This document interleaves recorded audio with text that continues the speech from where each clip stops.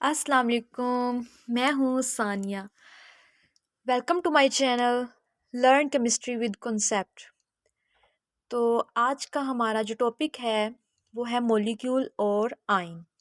बिस्मिल्लाहिर्रहमानिर्रहीम। तो जी हम स्टार्ट करते हैं। सबसे पहले हम पढ़ते हैं आयन। आयन्स आर दो species which carry both positive और नेगेटिव चार्ज। तो आयन वो है जिसके ऊपर क्या है, पॉजिटिव और नेगेटिव बोथ चार्जेस हों। Cation, when an atom of an element lose one or more electron। तो जब कोई एटम है वो क्या है, इलेक्ट्रॉन को लूज करेगा तो वो क्या होगा, कैटाइन होगा।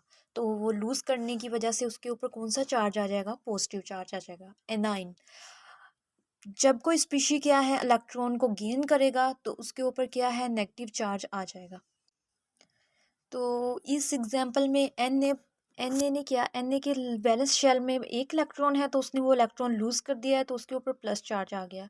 और क्लोरीन को क्या है, अपना बैलेंस शेल कंप्लीट करने के लिए एक इलेक्ट्रॉन की नीड है तो उसने इलेक्ट्रॉन गेन किया है, तो इसीलिए Cl के ऊपर, क्लोरीन के ऊपर क्या है, नेगेटिव चार्ज आ गया है।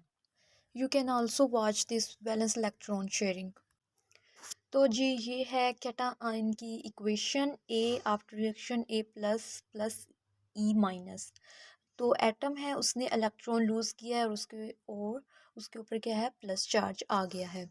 तो इलेक्ट्रॉन को रिमूव करवाने के लिए हमें कैटायन को क्या है, कोई कुछ ना कुछ एनर्जी प्रोवाइड करनी पड़ेगी। तो एनर्जी प्रोवाइड करेंगे फिर ही वो क्या है, इलेक्ट्रॉन लूज़ करेगा। तो ये एक एंडोथर्मिक रिएक्शन है क्योंकि इसमें एनर्जी हम प्रोवाइड करते हैं। और जो मोस्टली मेटल्स होती हैं, कैल्शियम, सोडियम, मैग्नीशियम, पोटाशियम, ये क्या होती हैं, ज़्यादातर यही इलेक्ट्रॉन लूज़ करती हैं।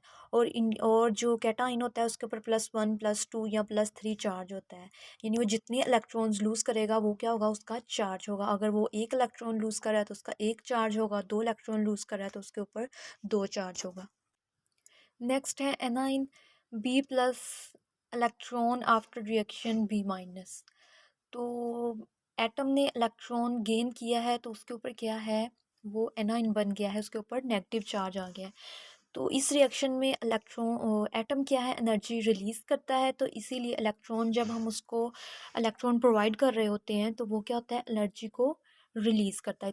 तो एक्सोथर्मिक प्रोसेस है। मोस्टली जो हेलोजेंस होती हैं, फ्लोरीन, क्लोरीन, ब्रोमीन, वो क्या है, इलेक्ट्रॉन गेन करती हैं और नेगेटिव चार्ज होता है उनके ऊपर।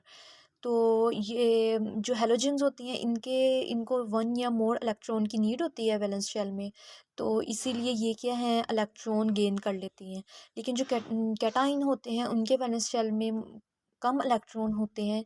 तो इसीलिए वो क्या है, अपने वो इलेक्ट्रॉन को लूज़ करके और स्टेबल हो जाती हैं। तो ये हेलोजेंस और मेटल्स ये स्टेबल होने के लिए क्या है, अपने इलेक्ट्रॉन्स का क्या है, लूज़ और गेन करती हैं।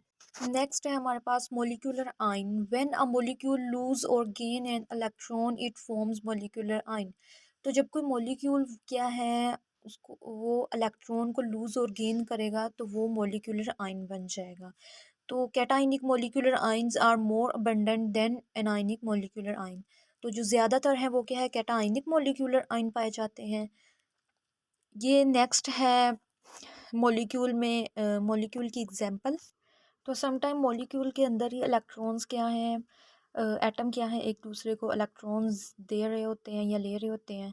तो इसीलिए वो क्या है, फिर आयन बन जाता है जिसको हम मॉलिक्यूलर आयन कहते हैं। तो मोस्टली जो मॉलिक्यूल के अंदर इलेक्ट्रॉन्स हैं वो ज़्यादातर रिलीज़ हो रहे होते हैं। तो रिलीज़ होने की वजह से वो क्या है, ज़्यादातर जो मॉलिक्यूल होते हैं वो कैटाइनिक मॉलिक्यूलर आयन बनाते हैं। नेक्स्ट ये जो आयन, कैटाइन और आयन्स यानी आयन्स होते हैं, ये इनकी जो प्रॉपर्टीज़ होती हैं वो न्यूट्रल एटम से डिफरेंट होती हैं। यानी एटम, जब वो एक एटम होता है तब उसकी प्रॉपर्टीज़ और होती हैं, लेकिन इलेक्ट्रॉन लूज़ और गेन करने के बाद उसकी प्रॉपर्टीज़ क्या हो जाती हैं, चेंज हो जाती हैं। और उसके बाद अगर मोलिकुलर आयन्स सिर्फ इलेक्ट्रॉन्स लूज़ और गेन करने से नहीं बनता।